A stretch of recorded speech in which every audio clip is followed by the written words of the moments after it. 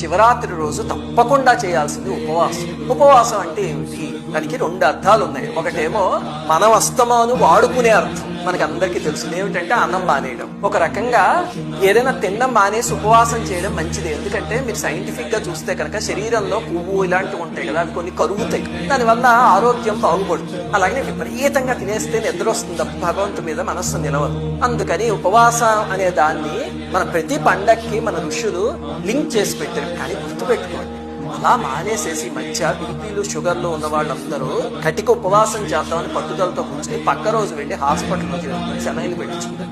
అలాంటివి ఎంత మందిని చూశాను.